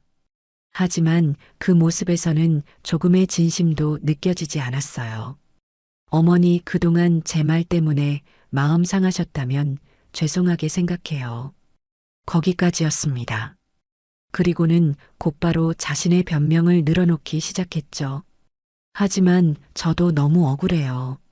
저는 정말 저희 가정을 위해서, 미래를 위해서 한 행동이었어요. 어머니께서 그런 제 마음을 조금도 이해해주지 않으시고 이렇게까지 저희를 궁지로 모시는 건 너무 하신 것 같아요. 저희 정말 힘들어요, 어머니. 그것은 사과가 아니라 원망이자 협박이었습니다. 자신들의 불행을 무기 삼아 저를 압박하는 비열한 수법이었죠. 조정위원의 얼굴에도 난처한 기색이 스쳐 지나갔습니다. 저는 며느리의 얼굴을 똑바로 쳐다보며 조용하지만 단호하게 말했습니다. 나는 너의 사과를 받아들일 수 없다. 네, 너는 지금도 무엇을 잘못했는지 전혀 모르고 있구나. 너는 너의 말 때문에 나의 마음이 상한 것이 아니라 너의 탐욕과 무례함이 우리 관계의 신뢰를 깨뜨렸다는 것을 인정해야 한다. 그리고 힘들다는 말로 동정을 구하지 마라. 너희를 힘들게 만든 것은 내가 아니라 바로 너희 자신이니까. 저는 조정위원을 향해 고개를 돌렸습니다. 조정위원님, 저희 쪽의 합의 조건은 처음부터 명확했습니다. 첫째, 증여한 모든 재산을 즉시 원상 회복할 것. 둘째, 피고 김도희는 자신의 잘못을 명시하여 서면으로 사과하고 그것을 공증받을 것. 이 두 가지 조건이 받아들여지지 않는다면 저희는 어떤 조정에도 응할 생각이 없습니다. 그저 재판부의 공정한 판결을 기다릴 뿐입니다. 제 말에 아들 내외의 얼굴이 새하얗게 질렸습니다. 그들은 제가 금전적인 보상을 조금 받고 물러설 것이라고 예상했나 봅니다. 하지만 저는 돈을 위해 싸우는 것이 아니었어요. 저는 제 명예와 자존심을 위해 싸우고 있었습니다. 며느리는 제 조건을 듣고는 그걸 어떻게 다 해요? 차라리 죽으라는 소리잖아요. 라며 소리쳤고 조정실은 다시 아수라장이 되었습니다. 결국 조정은 결렬되었습니다. 조정실을 나오며 저는 마지막으로 아들의 얼굴을 보았습니다. 그는 모든 것을 포기한 사람처럼 텅 빈 눈으로 허공을 보고 있었어요. 그 눈빛을 보며 저는 이 기나긴 싸움의 끝이 머지않았음을 직감했습니다. 이제 남은 것은 정의의 이름으로 내려질 심판뿐이었습니다. 판결 선고일. 그날 아침의 공기는 유난히 맑고 차가웠습니다. 저는 법정으로 향하는 내내 지난 몇 달간의 시간을 천천히 복기해 보았어요. 분노와 억울함으로 시작된 싸움이었지만 그 과정에서 저는 제 자신을 되돌아보고 제 인생에서 정말 소중한 것이 무엇인지를 깨닫게 되었습니다. 이제는 그 어떤 결과가 나오더라도 담담하게 받아들일 수 있을 것 같았어요. 법정 안은 그 어느 때보다 무거운 침묵이 감돌았습니다. 피고석에 앉은 아들 내외는 마치 사형 선고를 기다리는 죄수처럼 고개를 푹 숙이고 있었어요. 잠시 후 법복을 입은 판사가 엄숙한 표정으로 들어와 판결문을 읽어 내려가기 시작했습니다. 판결을 선고하겠습니다. 이 사건의 핵심 쟁점은 수증자인 피고들의 행위가 민법 제556조에서 규정하는 망은행위에 해당하여 증여 계약 해제의 사유가 될 수 있는지의 여부입니다. 판사는 양측의 주장을 하나씩 짚어가며 사실관계를 확인하기 시작했습니다. 그의 목소리는 건조했지만 그 내용 하나하나는 지난날의 상처를 헤집는 날카로운 칼날과도 같았어요. 피고 김도희는 증여자인 원고에게 무식하다, 노망났다 등 모욕적인 언사를 수차례 사용한 사실이 제출된 녹취록을 통해 인정됩니다. 또한 원고가 손주의 생일 선물로 구입한 장난감을 가치가 떨어진다는 이유로 훼손된 자산처럼 취급하며 원고에게 폭언을 한 행위는 단순한 말다툼을 넘어 증여의 바탕이 되는 당사자 간의 신뢰와 존중을 근본적으로 파괴하는 행위로 판단됩니다. 판결문을 듣는 내내 저는 눈을 감고 있었습니다. 며느리가 제게 퍼부었던 말들이 다시 귓가에 울리는 듯 했지만 더 이상 아프지는 않았어요. 국가가, 법이 제 억울함을 알아주고 있었으니까요. 피고 이영구는 원고의 아들로서 아내인 피고 김도희의 망은행위를 제지하고 원고를 보호해야 할 부양 의무가 있음에도 불구하고 오히려 아내의 편에 서서 원고를 비난하고 사건의 책임을 전가하는 등 자식으로서의 도리를 현저히 저버렸습니다. 이는 부양 의무의 해태일 뿐만 아니라 피고 김도희의 망은 행위에 적극적으로 동조한 것으로 볼 수 있습니다. 아들의 이름이 불리는 순간 저는 실눈을 떠 피고석을 보았습니다. 형구는 어깨를 미세하게 떨며 흐느낌을 삼키고 있었어요. 이제 와서 흘리는 저 눈물이 과연 진정한 후회의 눈물일까요? 판사는 잠시 숨을 고른 뒤 가장 중요한 부분을 읽어내려갔습니다. 그의 목소리에 힘이 실리는 것이 느껴졌어요. 증여는 단순한 재산의 이전이 아니라 당사자 간의 깊은 신뢰를 바탕으로 하는 계약입니다.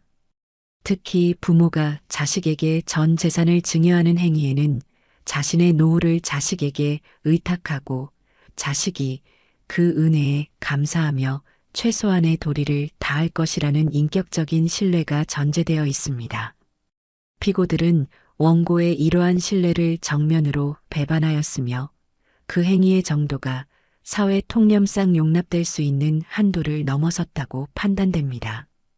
따라서 원고와 피고들 사이의 신뢰관계는 회복이 불가능할 정도로 파탄에 이르렀으므로 원고의 증여 계약 해제 주장은 이유 있습니다. 그리고 마침내 제 귀를 의심하게 하는 마지막 한 문장이 법정 전체에 울려 퍼졌습니다. 이에 주문과 같이 판결합니다. 원고 김영애의 청구를 인용한다.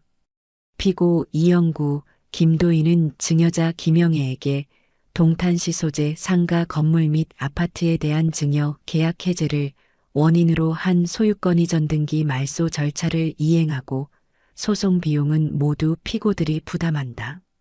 이겼다. 내가 이겼다. 모든 것이 끝났다. 판결이 끝나자마자 며느리 김도희는 이성을 잃고 말았습니다. 그녀는 자리에서 벌떡 일어나 말도 안 돼. 이건 무효야. 판사님, 이건 아니잖아요. 라고 울부짖으며 절규하기 시작했어요. 법원 경위들이 달려와 그녀를 제지했지만 그녀는 발버둥치며 제 쪽을 향해 악을 썼습니다.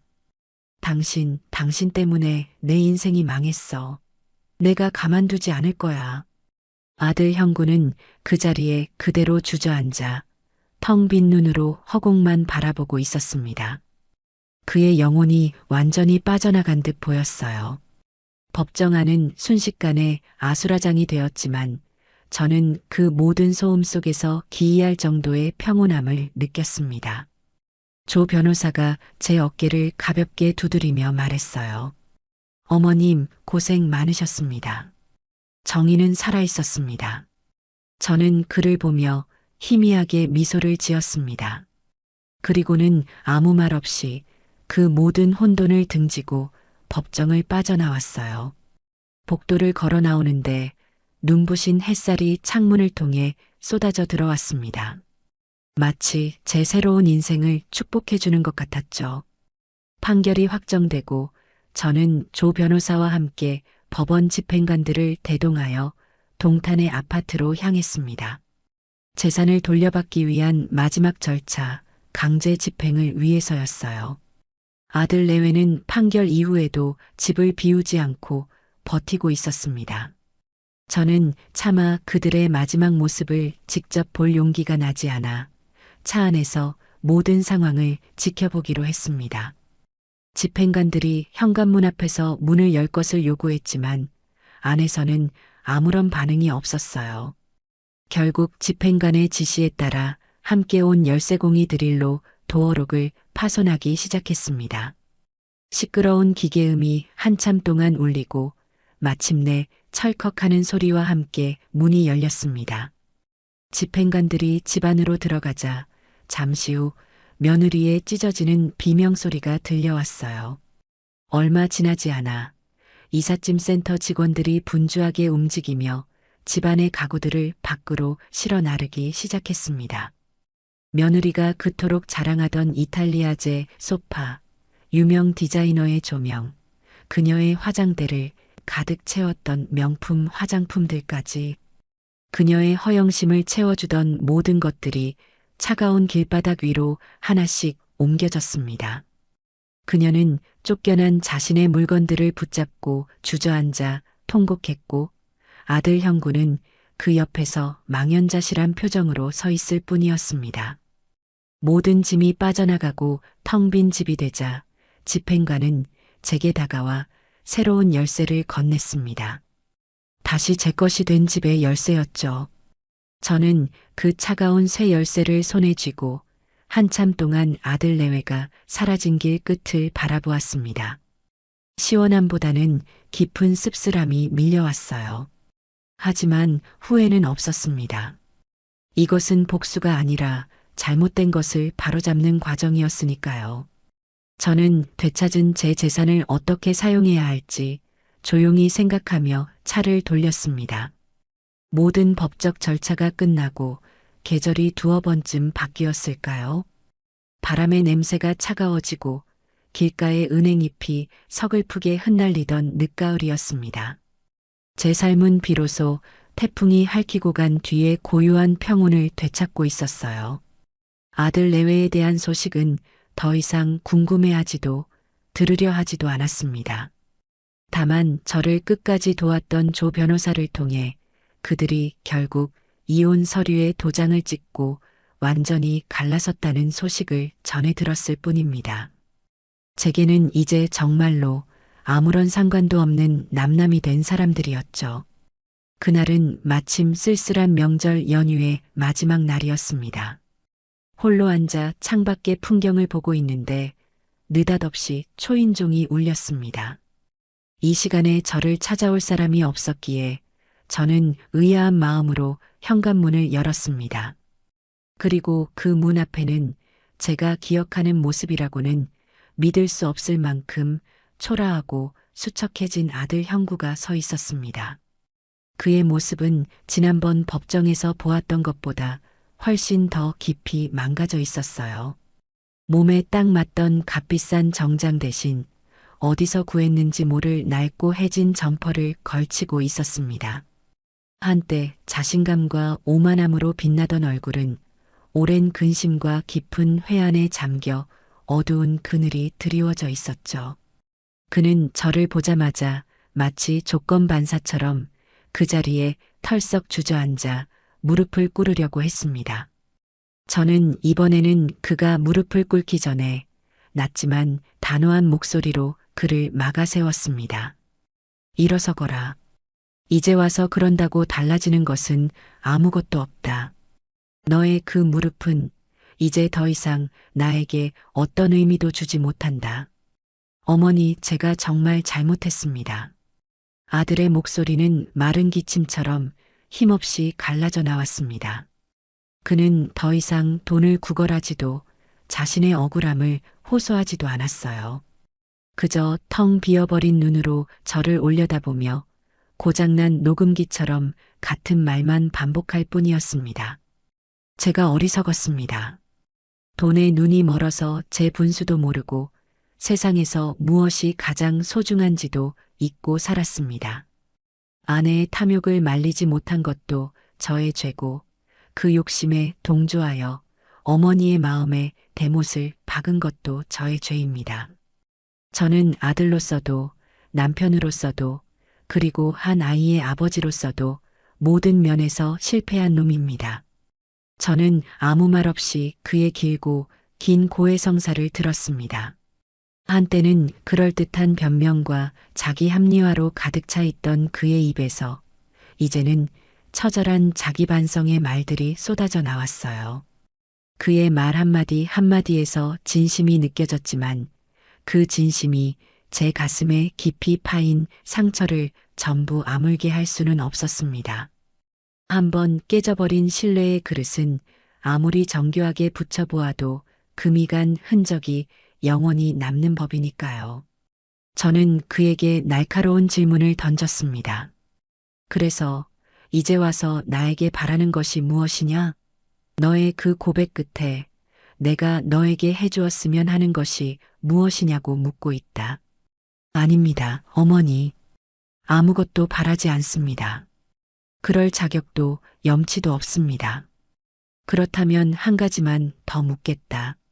형구야, 너는 지금 너가 잃어버린 그 많던 돈과 집이 아까우냐? 아니면 너의 어미를 잃어버린 것이 아까우냐? 제 질문에 아들은 대답 대신 소리 없이 눈물만 뚝뚝 흘렸습니다. 한참을 흐느끼던 그는 겨우 입을 열었습니다. 어머니를 잃어버린 것이 이제 와서야 뼈에 사무치게 후회됩니다. 모든 것을 다 잃고 나니 비로소 제가 무엇을 버렸는지 알게 되었습니다. 그의 대답에 제 마음도 잠시 흔들렸지만 저는 애써 표정을 감추었습니다. 손주 녀석은 어떻게 지내는지 물으니 그는 더욱 고개를 숙이며 아내가 아이를 데리고 떠난 뒤로는 연락조차 잘 되지 않는다고 했습니다. 어쩌면 아이의 머릿속에서 저와 제 아들은 아주 나쁜 사람들로 기억되고 있을지도 모를 일이었죠. 이제 와서 용서를 구하지는 않겠습니다. 그럴 자격이 없다는 거 제가 제일 잘 압니다. 다만 어머니 부디 몸 상하지 마시고 건강하게 오래오래 사세요. 그리고 정말 죄송했습니다. 아들은 제게 깊이 고개를 숙여 보인 뒤 힘없이 몸을 돌려 떠나려 했습니다. 그 쓸쓸하고 왜소한 뒷모습을 보며 저는 마지막으로 입을 열었어요. 제 인생에서 어쩌면 아들에게 해주는 마지막 조언일지도 모를 말이었습니다. 형구야. 그가 희미한 희망이라도 본 것처럼 걸음을 멈추고 저를 돌아보았습니다. 용서는 말로 구하는 것이 아니다. 너의 남은 삶으로 증명해 보이는 것이지. 너가 말했듯 너는 모든 것에서 실패했다. 그렇다면 이제부터는 그 아무것도 남지 않은 바닥에서부터 다시 시작하거라. 누구의 도움도 없이 오직 너의 두 발로 땅을 딛고 일어서서 정직하게 땀 흘리는 것의 가치를 배우거라. 돈이 아니라 사람의 마음을 얻는 법을 배우고 너 자신이 무너뜨린 신뢰를 다시 쌓는 것이 얼마나 힘든 일인지 평생에 걸쳐 깨달아라. 언젠가, 정말 언젠가 너가 너 자신에게 떳떳하고 너의 땀으로 얻은 밥 한 그릇을 부끄럽지 않게 넘길 수 있는 사람이 되었을 때, 그때가 되면 우리 다시 이야기해보자. 내가 너에게 진정으로 해줄 말이 있을지는 그때 가서 생각해보마. 제 말에 아들은 아무 대답도 하지 못했습니다.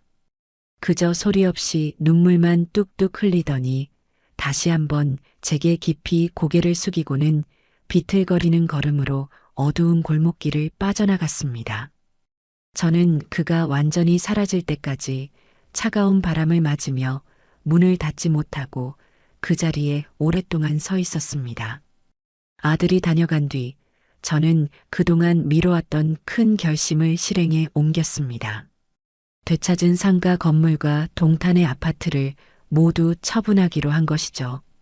그곳들은 제게 성공의 상징이기도 했지만 동시에 씻을 수 없는 상처와 배신의 기억이 깃든 공간이었습니다. 저는 마지막으로 이제는 텅 비어버린 동탄의 아파트를 찾아갔습니다. 한때는 며느리의 허영심으로 가득 찼던 그곳은 휑한 바람소리만 가득한 텅 빈 상자처럼 느껴졌어요. 저는 그곳에 제 부서진 꿈의 잔해를 모두 남겨두고 미련 없이 돌아섰습니다. 모든 부동산을 정리하자 제 통장에는 평생 구경도 못 해본 거액의 숫자가 찍혔습니다. 하지만 그 숫자는 제게 아무런 감흥도 주지 못했어요. 이 돈을 어떻게 써야 가장 가치 있을까? 며칠 밤낮으로 고민하던 제 머릿속에 문득 젊은 시절의 제 모습이 스쳐 지나갔습니다. 남편을 일찍 여의고 어린 아들의 손을 잡고 시장 바닥을 전전하며 멸시와 서러움을 밥 먹듯이 당했던 시절. 그때 누군가 제게 따뜻한 밥 한 끼, 작은 격려 한마디만 건네주었더라도 제 삶이 조금은 더 덜 고되지 않았을까 하는 생각이 들었어요. 저는 조 변호사에게 연락해 제 뜻을 전했습니다. 그리고 그의 도움을 받아 제 이름으로 된 작은 나눔 재단을 만들기로 했죠. 이름은 민들레 쉼터라고 지었습니다. 민들레 홀씨처럼 제 작은 도움이 세상 곳곳에 퍼져나가 힘겨운 이들의 마음에 작은 희망의 씨앗을 틔우기를 바라는 마음에서였어요.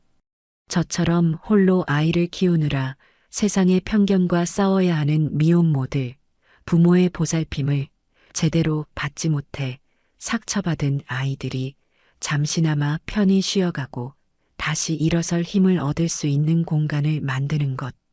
그것이 제 남은 인생의 새로운 목표가 되었습니다. 건물을 구하고 따뜻한 마음을 가진 직원들을 뽑고 아이들을 위한 알록달록한 가구를 채워 넣는 모든 과정이 고되고 힘들었지만 제 마음은 단 하루도 행복하지 않은 날이 없었습니다. 돈을 악착같이 벌어 모으는 것보다 가치 있는 곳에 정성껏 쓰는 것이 몇백 배는 더 큰 기쁨을 준다는 것을 저는 제 인생의 황혼역에 와서야 비로소 깨닫고 있었어요. 그렇게 또 2해의 세월이 흘렀습니다. 저는 이제 이사장님이라는 거창한 이름 대신 민들레 할머니라는 정겨운 이름으로 불리며 쉼터의 아이들과 함께 하루를 보내고 있었어요. 제 손으로 직접 끓인 구수한 된장찌개로 아이들의 저녁을 차려주고 잠들기 전에는 무릎에 아이들을 앉히고 옛날 이야기를 들려주는 것이 제 소중한 일과가 되었죠. 어느 햇살이 유난히 따뜻했던 봄날 오후, 저는 쉼터 마당의 작은 텃밭에서 아이들과 함께 방울토마토 모종을 심고 있었습니다. 제 손은 다시 흙투성이가 되어 있었지만 젊은 날 생존을 위해 만졌던 흙과는 그 감촉이 전혀 달랐습니다. 희망을 심는 흙은 더없이 부드럽고 따뜻했어요. 그때 5살 배기 여자아이가 흙 속에서 무언가를 발견하고는 제게 달려왔습니다. 할머니, 할머니, 나 봄을 찾았어요. 아이가 제게 내민 작은 손바닥 위에는 흙이 잔뜩 묻은 낡은 플라스틱 병정 인형이 놓여 있었습니다. 아마 예전에 이곳에서 놀던 누군가가 잃어버리고 간 모양이었죠. 저는 아이의 눈높이에 맞춰 몸을 낮추고 활짝 웃어 보였습니다. 어머나, 우리 서연이가 정말 귀한 보물을 찾았네. 네, 이거 내 보물이에요. 아이는 제 칭찬에 신이 나서 병정 인형을 소중하게 품에 안았습니다. 저는 흙투성이인 제 손과 역시 흙투성이인 아이의 손, 그리고 그 손에 들린 낡은 장난감을 번갈아 보았습니다. 그리고 문득 오래전 제 가슴에 대못을 박았던 그 가치라는 단어를 떠올렸어요. 수백만 원짜리 한정판 장난감의 가치와 이 흙투성이 플라스틱 인형에 담긴 아이의 순수한 기쁨의 가치. 저울이 있다면 과연 어느 쪽으로 기울게 될까요? 저는 이제 그 답을 누구보다 명확하게 알고 있었습니다. 제 손가락이, 아이의 손가락이 우리가 함께 심은 모종 위로 자기도 모르게 수많은 지문을 남기고 있었습니다. 그 어떤 전문가도 지울 수 없는 세상에서 가장 따뜻하고 소중한 흔적들이었죠. 저는 비로소 제 인생의 진짜 주인이, 제 삶의 진짜 가치를 품은 진짜 보물의 주인이 된 기분입니다. 저 멀리서 불어오는 봄바람에 민들레 홀씨가 춤을 추며 날아오르고 있어요.